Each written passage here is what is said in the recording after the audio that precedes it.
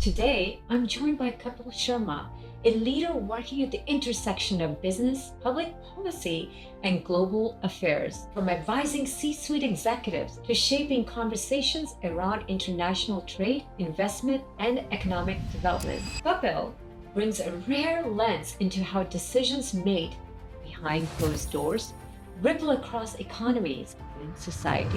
What that has taught me over the last 30 some odd years is that it is important for us, for our community, to be our own storytellers. Because if we let other communities do it, they're going to do it in what they perceive It's as. misconstrued. I said, how can I pay you back? And he says, make sure you open up doors for every brown person. And I've been doing that ever since. You come from this background in political arena, met the walks of the walks and so forth. Now your shift has been into focusing on the wellness aspect of it. What have you seen that works, what doesn't work? And because you have come through such a dynamic background, how does this wellness fit into the political arena? I have a mom with dementia. I am taking care of her by myself. It is really hard, and I was not prepared.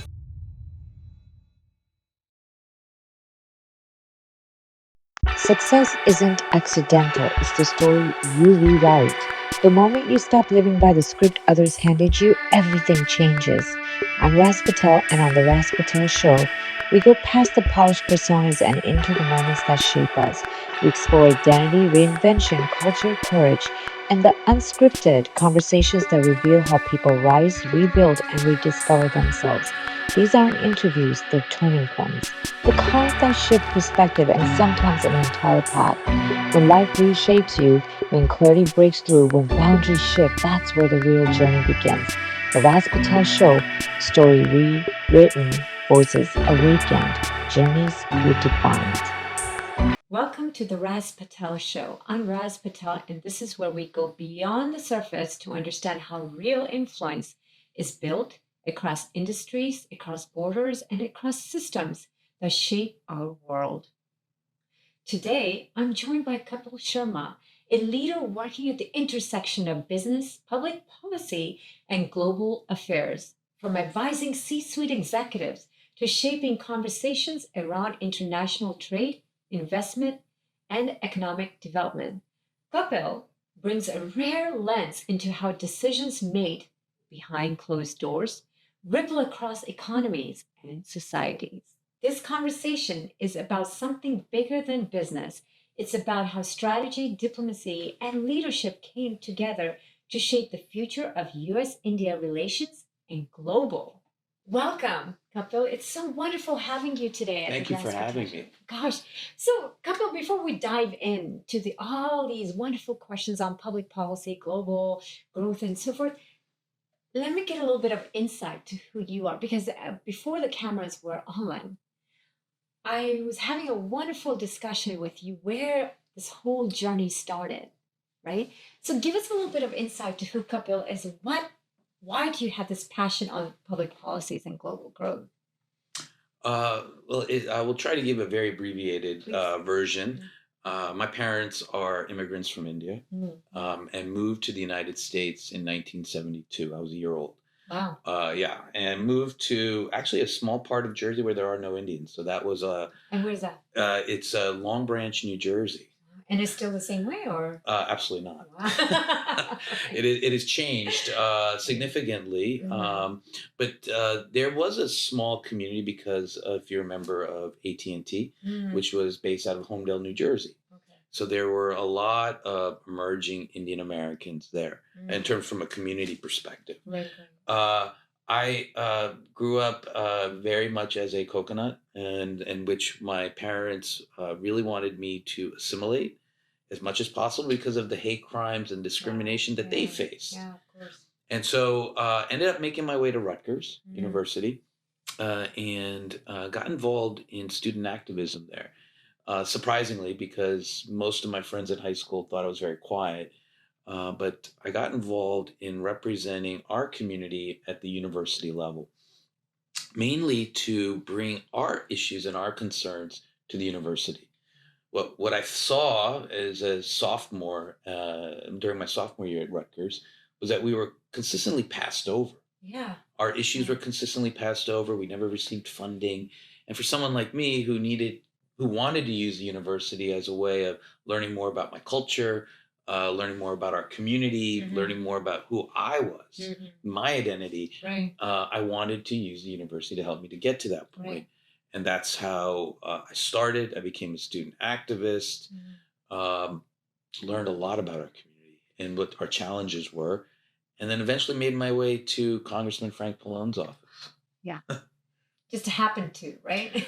Well, a lot of people in this area will know a gentleman by the name of Kumar Barve. And Kumar Barve was the first Indian American elected to a state legislature in 1991. Yeah. We were both invited to the White House honoring Diaspora. And I was complaining at that time that in the bathroom of the White House, that I made it to the White House, but it had to be under a Republican. And Kumar was in a stall next to me, and he goes, "You're a Democrat too?" And I was like, "Well, this is kind of weird. Somebody's talking to me across the stall in the White House," but we became friends. Wow. And after that, he 6 months later introduced me to Congressman Pallone's office, which changed my life. And then I said to him, "I really appreciate this opportunity." And I said, "How can I pay you back?" And he says, "Make sure you open up doors for every brown person you meet." And I've been doing that ever since. Wow. And it's been how many years? Yeah, exactly. Quite long. But you're doing a wonderful job as it is. Because, I mean, from which we'll hopefully get into a little bit more on that, what you have done and where you started. And it's huge. So you focus a lot on intersecting and the growth of public policies and the U.S. India relations and so forth. So how does all this work in terms of bridging the U.S. India relations and the global policies? What is that to you, and how is that shaped compared to where you were a couple of decades ago versus what it is now? So the whole concept of the India Caucus, when we started it in 1991 with Frank Pallone, was there was a misunderstanding of our community. There was what I learned very quickly, that people in power, the politicians, didn't take the time to understand us. They took it off the newspaper. So they would read a newspaper article and then they would make judgment based on us as. And if you look back then, Washington Post, New York Times, every article about our community was poverty. Yeah. India is impoverished. It's socialism. It's this. They love the Russians. And so that would translate into how these politicians would interact with see us here. Right. And so the first thing I started doing was tracking how the media covered our community. And it was very one-sided. So I would then put together this daily brief every morning of coverage of India and send it out to members of Congress and to people in administration, and to show that there's a lot of bias. I then started, through Congressman Pallone, started interacting with community leaders throughout the country and saying, this is how we're perceived, this is the message that we have to change, and this is how we have to move forward. It was a lot of work because we didn't have social media back then. So it was requiring a lot of handshaking, going to communities, Kapil, and working with people. One thought on that, what you made a statement on, is there was not a lot of social media back then, yet there was still an influence in the perception of what was given off about us Asians back then. Oh, absolutely. Right? So the influence was still there, it's prominent. Absolutely. And the influence was through other groups who didn't understand us as well. So you had, in the early 90s, Kashmir was a big issue. And so what would end up happening is you would have Muslim groups come to Capitol Hill and say that India is suppressing the rights of Muslim minorities in India. That would shape the way people would think about us. Then I remember this vividly, 60 Minutes ran a episode on infanticide and gendercide in India. And I remember I was walking in the halls and I ran into a senior staff person, and the staffer said to me, "Why do you hate women?" And I was like, "Whoa." And I didn't know about the 60 Minutes special. So then I read it, and then I told Frank, we have to respond to these Yeah, things. of course. And what that has taught me over the last 30 some odd years is that it is important for us, for our community, to be our own storytellers. Of course, yeah. We have to tell our story, because if we let other communities do it, they're going to do it in what they perceive It's as misconstrued. Absolutely. And so that's how the India Caucus started. The India Caucus started with the intent of providing facts and information in our community, until we were able to get what we have today, which is 5 members of our community in Congress. But Kumar was doing that even at the state legislature level in Maryland. Okay. It really hyped up after 9/11. When 9/11 happened, a lot of states had to get active on protecting the Sikh community. Yeah. And needed a lot of awareness training. A lot, because people forget, and a lot of the kids today forget, the first person arrested after 9/11 was a Sikh. The first person murdered after 9/11 was a Sikh. Yeah, unfortunately. The first religious institutions that were attacked after 9/11 were gurdwaras. Yeah. And it's just because of the lack of awareness. 100% right. And the perception that, oh, if you're wearing a turban, you must be this. That's right. In this community, and that's what it is. That's exactly, and so some great civil rights organizations for our community came out of that. And even the Dot Busters. Oh gosh, yeah. That's another episode in our community that taught me that we needed to own our storytelling. Right. We needed to educate people that we were targets of hate crimes going back to the late 80s. Completely understood. So what do people often misunderstand about how global economic works today versus how it was back then? What is the shift? Well, back then we weren't as global. So back then, a lot of the way that people thought about India was through shop owners. It was through the motel, the growing Mississippi masala, remember? And the way that our engineers, and that was their perception. We were doctors, engineers. Over time now, what's happened is you have huge Indian multinationals coming and investing and creating hundreds of thousands of jobs in the United States. But we are horrible storytellers. We do not talk well about ourselves as a community, as a culture.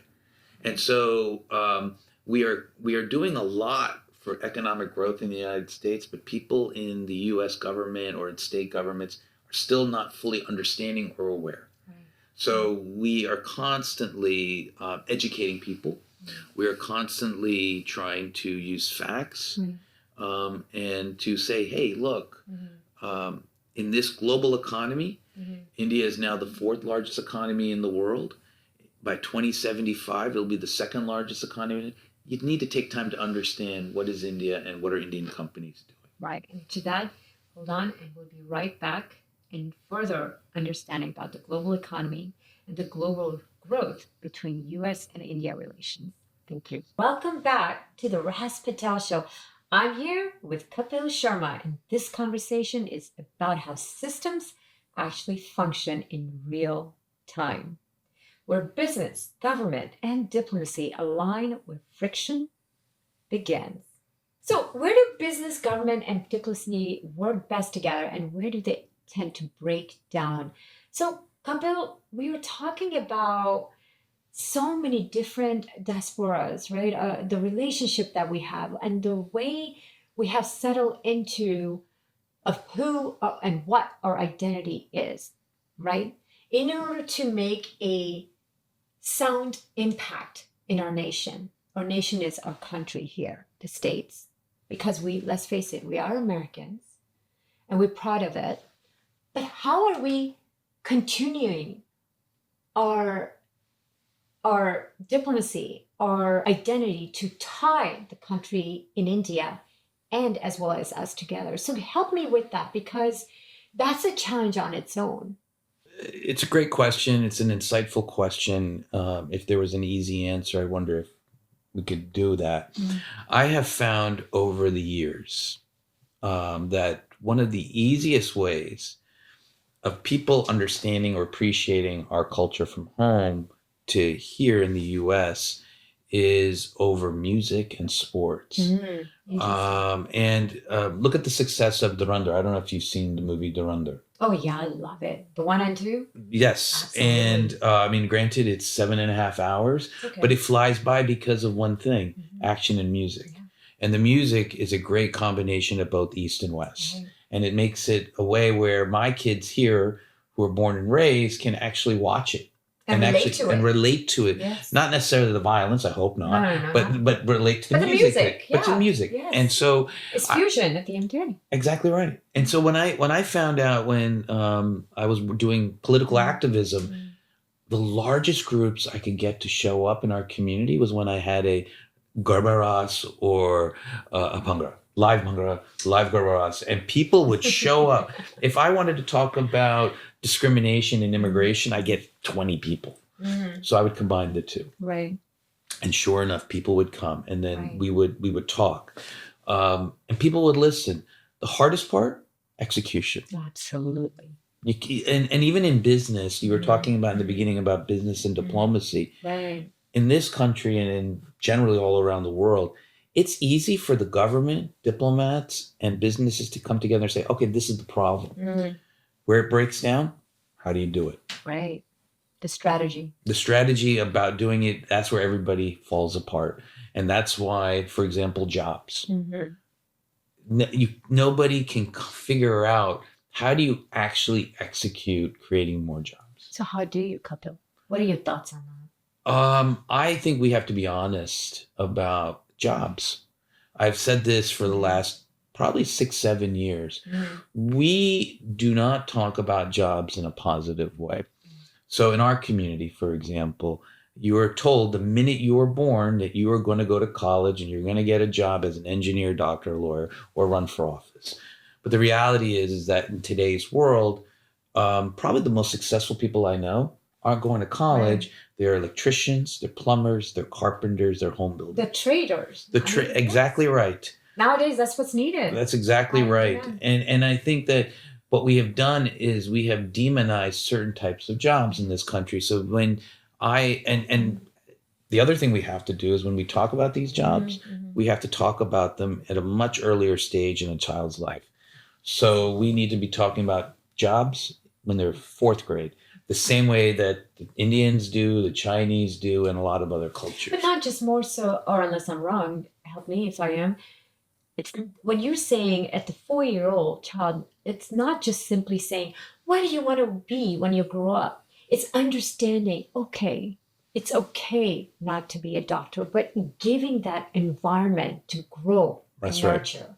Right. And to say, okay, plumbers are equally as important as being a CEO of a tech company, which, these days, I don't know if CEOs are at the same level as plumbers. I think plumbers are much more valuable and much more important. But, it's not just about being a plumber. I mean, they're needed, of course. It's more about opening your mind that there's other things out there. Absolutely. Right? It's about the jobs, the creativity. I mean, did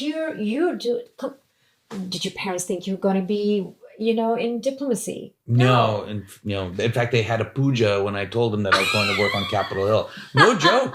Because if you think about it, my parents left India because of politics.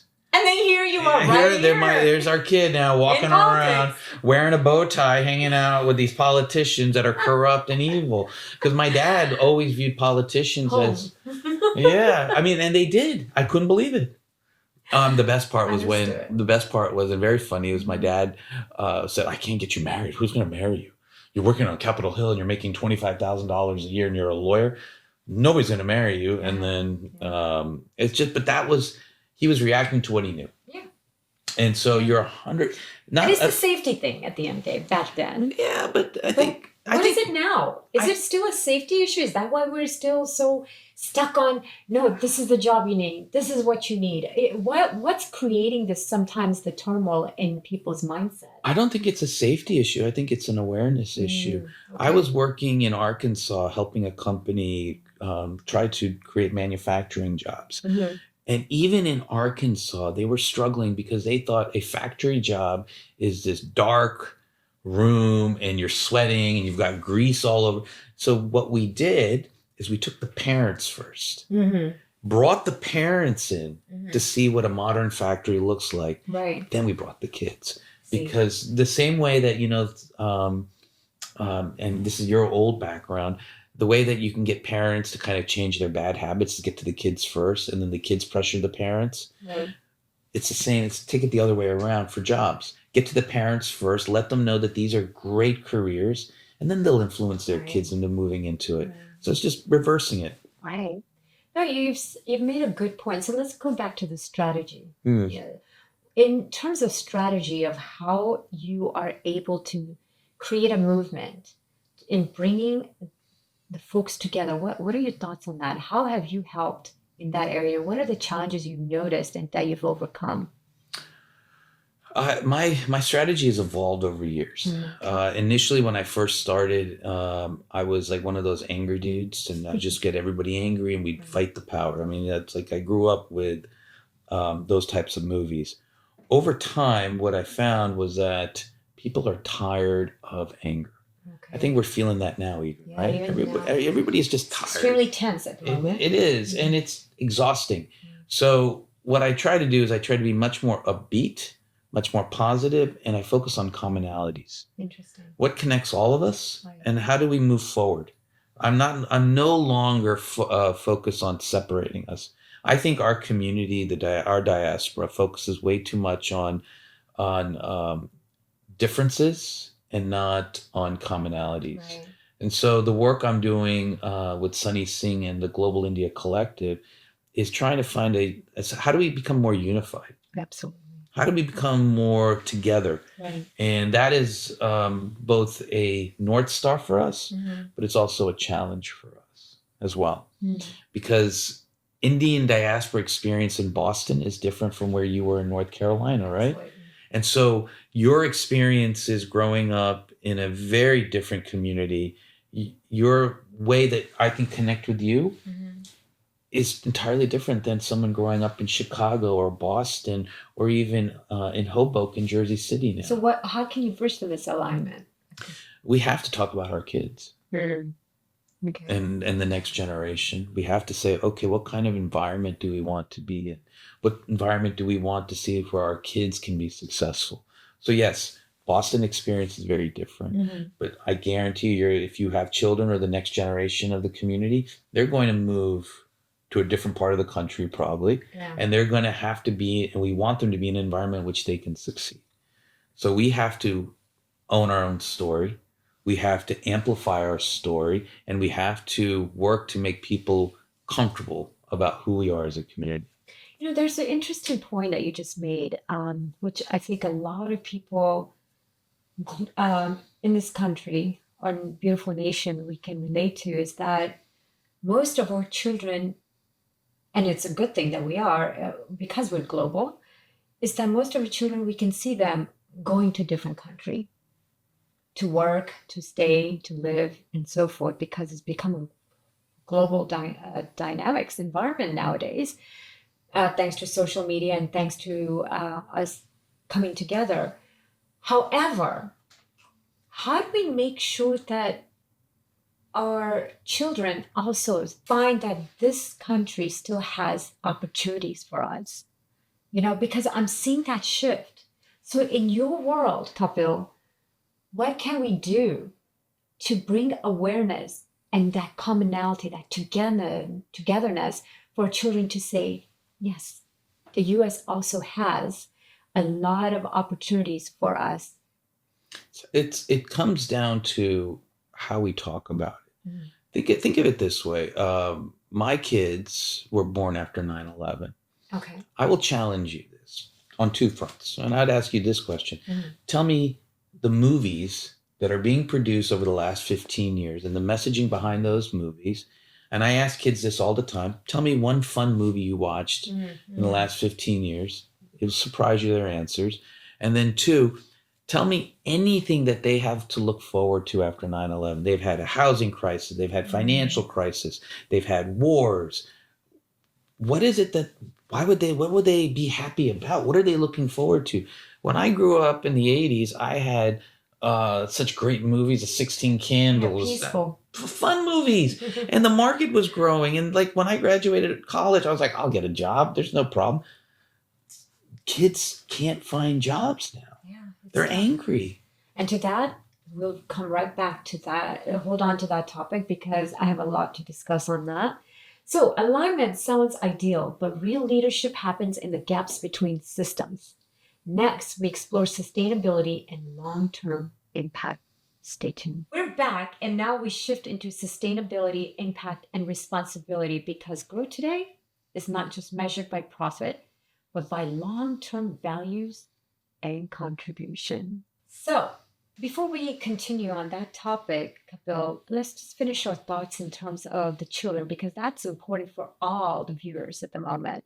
Of whether you're South Asian, whether you are any background, how does one, I guess, provide a comfort opportunity for our children to say, this is the place to be, given the shift of lack of jobs? I mean, let's face it, I mean, my own son is struggling.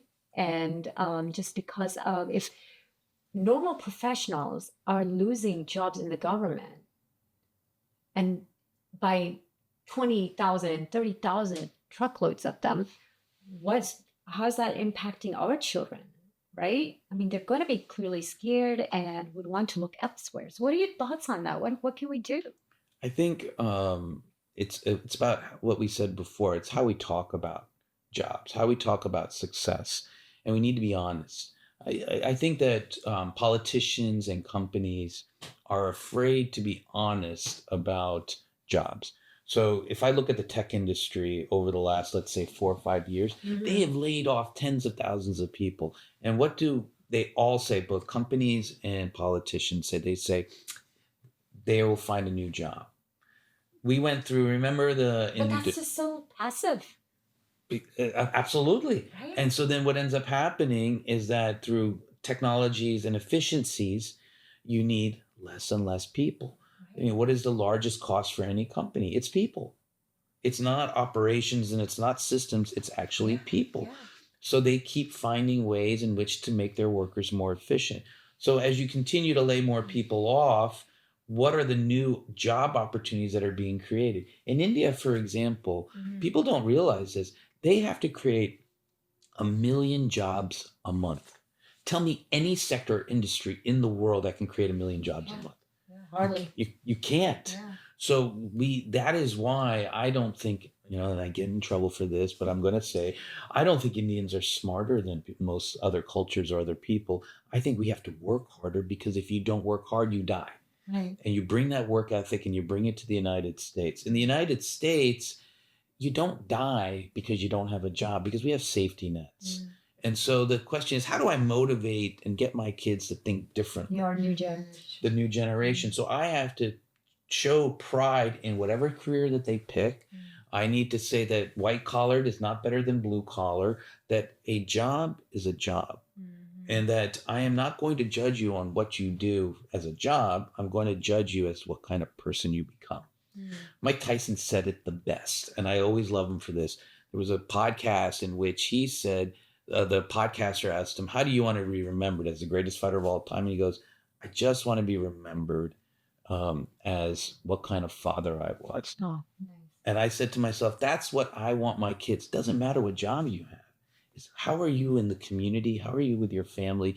That's far more important. So if a job lets you become a good human being, so be it. So what are the corporate industries doing to sustain these job markets? How are they helping our generation being our children's generation, to come on to our workforce and not have that fear factor? What's their sustainability strategy at the moment? I'm not sure. I think there are some industries and some companies who do a really good job investing in local communities. And so what they do is they say, okay, we're going to invest in this community, and then we're going to have our professionals go to the community colleges and teach at the high schools about what are the needs of the future. Because what has happened is that also back in the 50s and the 60s and the 70s in this country, job growth came about because people could move. There was Right. labor mobility. Right. People can't move now because you know what happened? You got a 2% mortgage on your house. Yeah. Now mortgages won't come down to 6%. If you leave your house, can you find a new place to Exactly. move? It's affordability. So what politicians are asking companies to do is to move your company to our community. Right. And that's the most important thing. Right. Right. And that is not realistic. Yeah. So there are some companies who are saying, okay, we are going to move to your community and we're going to train your community. Yeah. I think what we should be doing more of, as from our community perspective, is not only reinvesting in entrepreneurs, but we should be spending more time talking to our kids. And people like you. You are in very diverse markets, and what you're doing, you're very successful at it. How many South Asian children meet people like you? Yeah. So they don't know if what you do for a living is an option. Right. You should go, and we should make sure that our kids meet people like you. Yeah, to bring awareness. Bring awareness. And provide some type of mentorship and give them feedback. And also what you excel at, which is well-being. Yeah. And we need to start teaching our kids that as well. Don't get me started on that, because I think it's such a huge gap. 100%. Kapil, huge gap in the corporate world, and just in terms of any industry, that mental health is so important, and the nutrition health is so important in order to leverage your opportunity and to be successful leaders of this country, of any country. Well, that's why I like your show, because you do talk about that issue, which is taboo for our community. Depression and stress, and how we tackle it. So we not only we have to open our kids to what else is out there from a job perspective. Are we arming them to be able to take the stresses? Because it's going to be tough. Like your son, my son is having the same difficulty. Absolutely. And my daughter, who is very different and likes academics, I worry about whether she'll find a job when she graduates, no matter how hard she tries. Yeah. And what we do a great job is promoting success, but we shy away from failure. And we need kids to know that failure is okay too. Huge. And so I because, don't... it opens doors for options, right?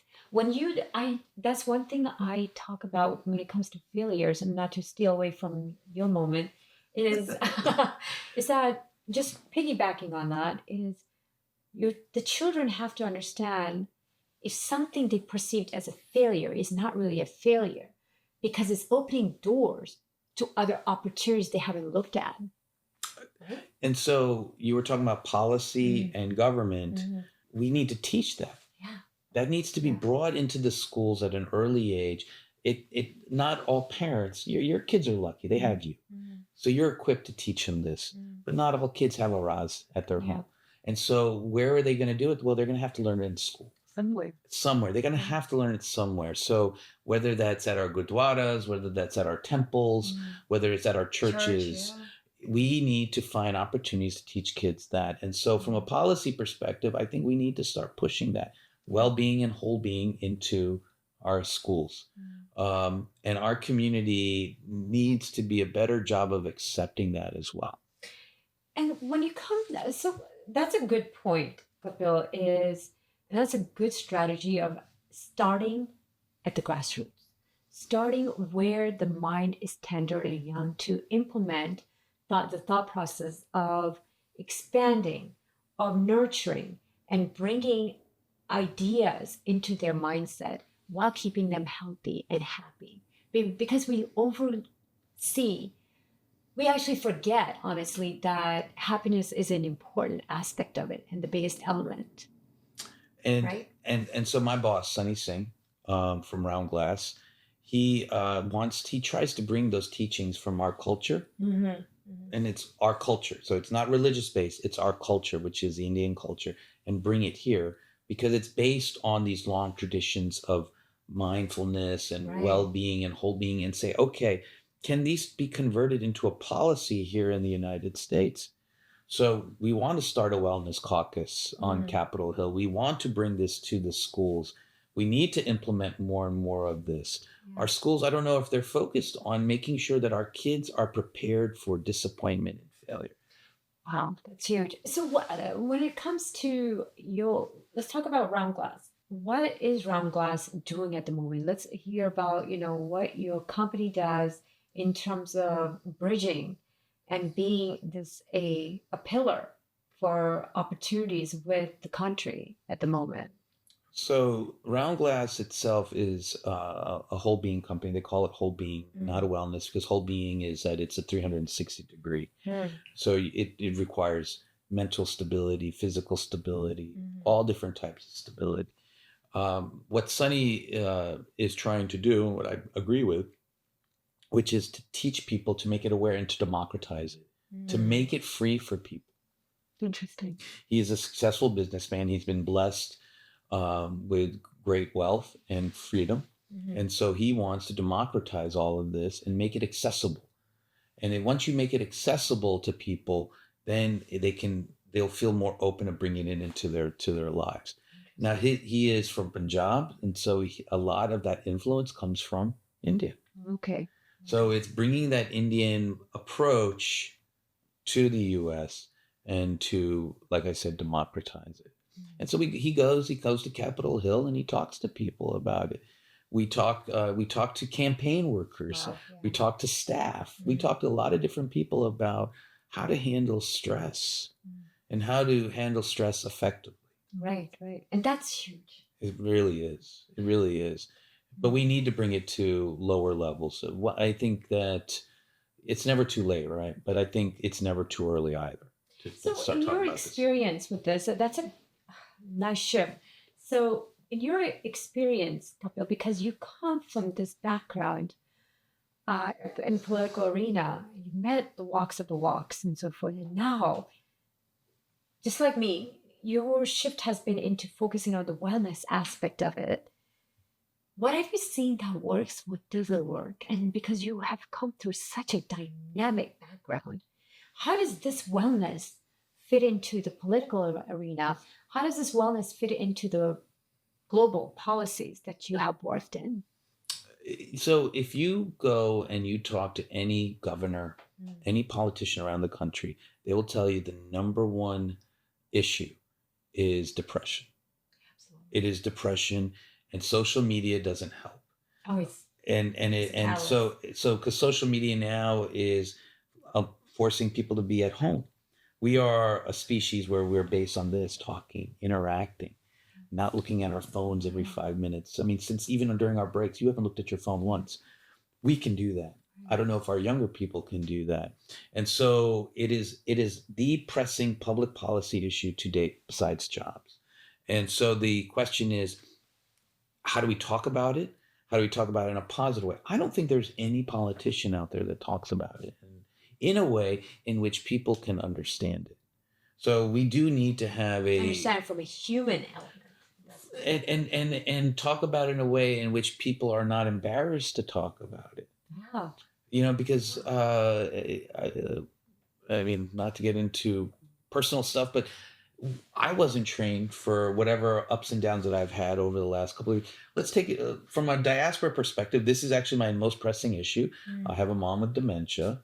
I am taking care of her by myself. It is really hard. It is really hard. And I was not prepared for it. And I was not actually even prepared for how it was going to impact me emotionally and mentally. And to see your mother slowly just withering away to a point where a worker came up to me and said, not your mom anymore. You have to be able to let go. And I have worked on that. In our community, we take care of our parents. Yeah. It's what we believe in. Yeah, that's what we believe. And so how are we trained for that? Yeah. Where's your sounding board? Where's someone you can lean on to discuss? That's right. That's right.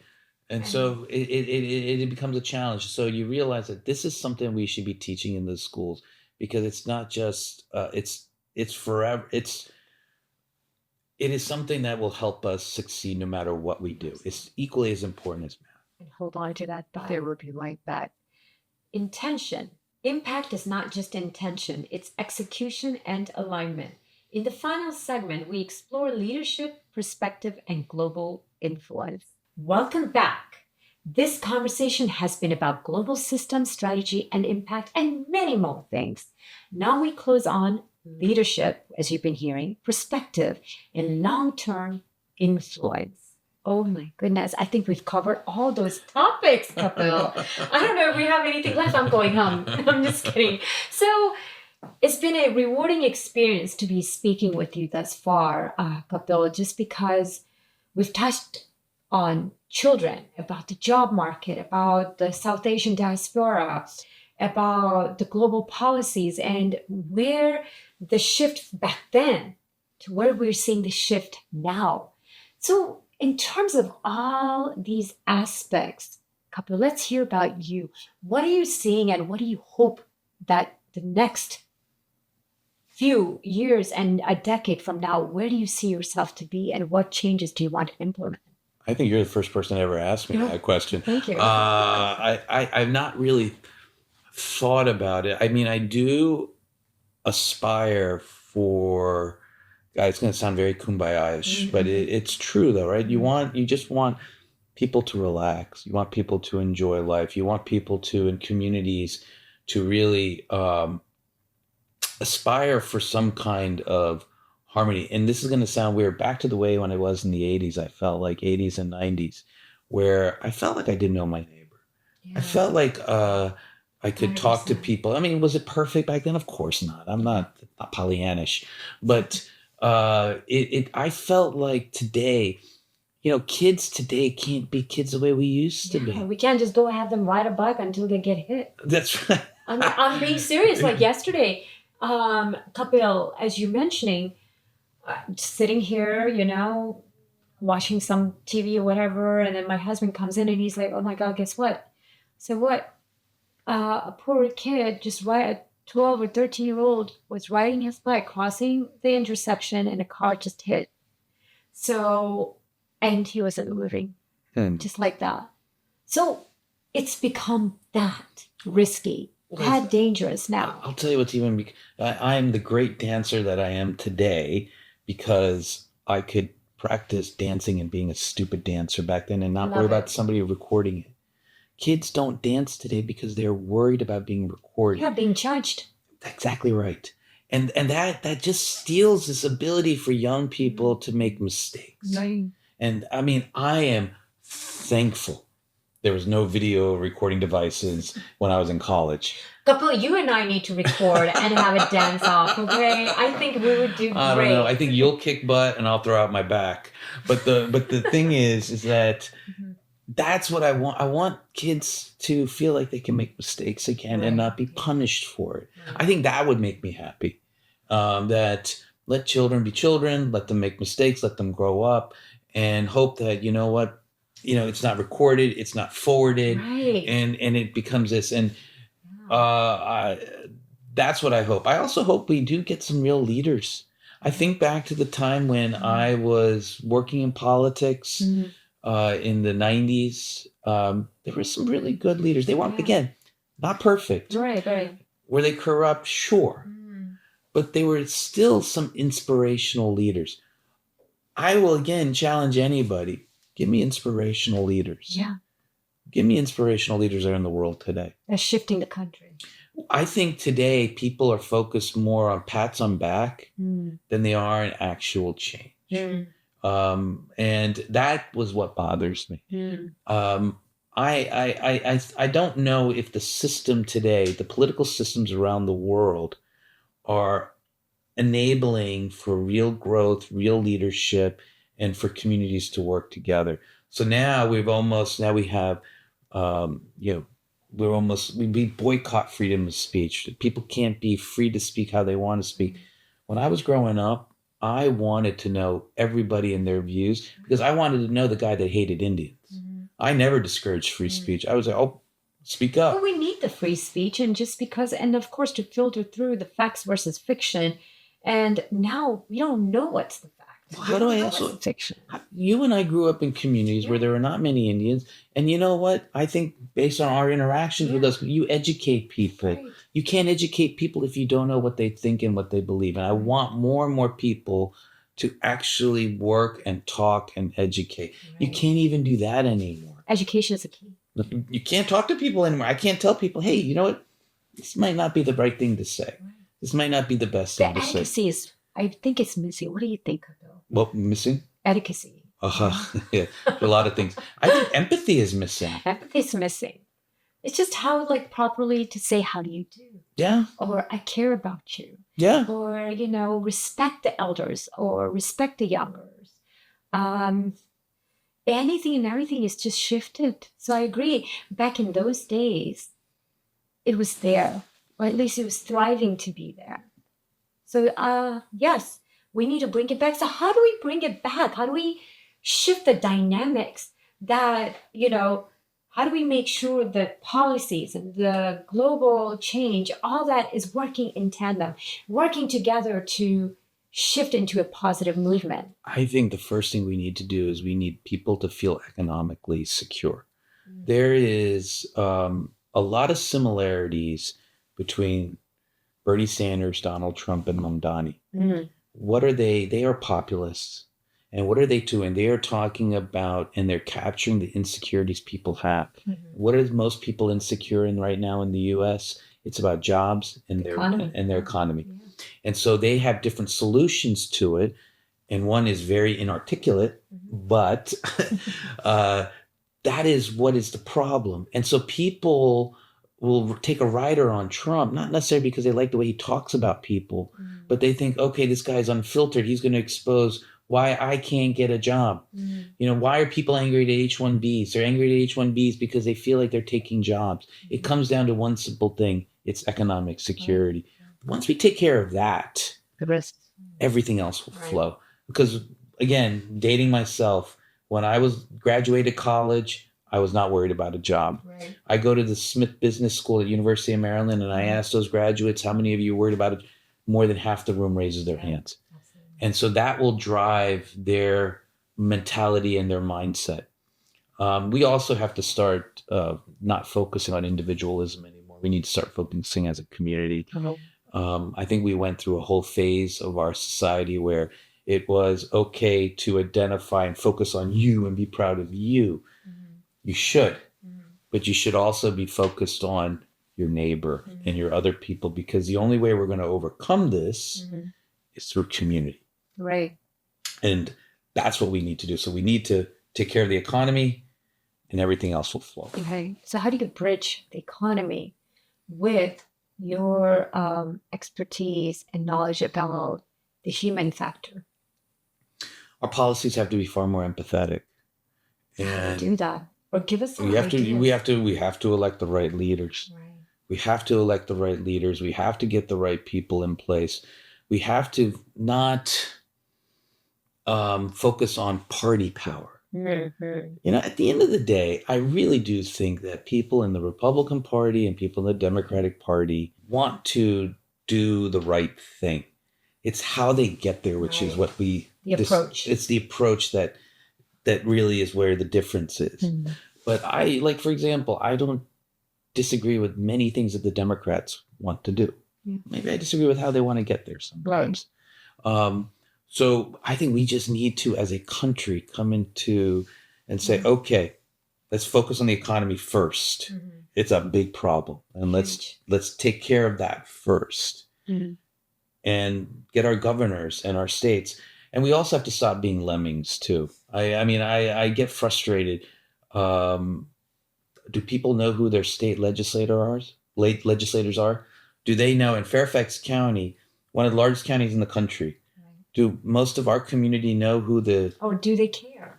They should care, because what Kumar told me was that who builds your roads? The county. Right. Who is focused on your schools? The county. Who is doing all the different things that impact your day-to-day life? Right. The county. But most people can't tell you who's running the county. And so hence, how are they voting for them? Well, you're putting strangers there who are not held accountable. Right. So if we want change, we have to look at ourselves first. Right. We have to hold ourselves accountable. We have to be educated on who's running for office and not necessarily focus on the president. That's important too. Yeah. But you got to focus on the governor. You have to focus on the state legislator. You have to focus on the mayor and the city council people too. It goes from bottom top. That's exactly right. And I would say it's a pyramid. And I would say that if we don't work on the base of our pyramid, you're done. Doesn't matter who's on top. Right. Start from the next door. That's right. Absolutely right. 100%. So what do you have to say when it comes to the next steps, the relationship between the U.S. and India relationship? I mean, we focused on everything else. Let's kind of bring that back into play at the moment. What do you have to say? Is it going well? Is it going strong? Or do we need to focus on that? This is going to be a weird shift, but it is the U.S. India relationship has survived because of our community. Our community, which is comprised of recent immigrants and diaspora people who genuinely care and love about India. And they have worked over the last 25 to 30 years of building a system that could withstand political tailwinds. Right. I am worried, and I was asked this question on a panel, are you worried about one party dominating the other on the relationship? I said, no. What I'm worried about is what my kids are going to do to protect the relationship, and what are their kids going to do. The connection to India is getting less and less and less. So have we built an ecosystem that can withstand the political tailwinds? That's what scares me. And it comes from us. Wow. Our community is the most unique community in the world. If you think about where the India is the largest country in the world from a population perspective, there's 5 million Indian Americans in the United States. There is close to 9 million in the Gulf. If you look everywhere in the world, Indians are everywhere. And they're far more assimilated because of their ability to speak English, education systems, whatever it may be. And now you're seeing music and you're seeing them in movies. Now you see Indians at bloody every Netflix show there is. Of course, yeah. So it is becoming more, we are a very unique diaspora. So one, we have to stop comparing ourselves to other people. Two, we got to figure out who we are. Three, we have to also say, what is our connection back to India? Once we figure out our connection and what we want that relationship to be, then we have to hold people accountable. And that's the main thing. Is what do we want? And we can answer the rest of history. To that, thank you so much, Kapil. So, Kapil, how can we find you? Depends. If you like me, I'll give you my email ID. If you don't like me, don't worry about it. The New Jersey boy code. You can find me at kap.sharma@gmail.com. Thank you so much. And thank you so much, humbly, for coming on our show. Thank you for having me. I really enjoyed it. Appreciate it. Thank you. And to everyone watching, growth doesn't happen in comfort. It happens in the moments that test who you are and reveal who you're becoming. I'm Raz Patel, and this is the Raz Patel Show. From frozen to fearless, I'll see you next time. And thank you to Kapil Sharma once again. Stay you.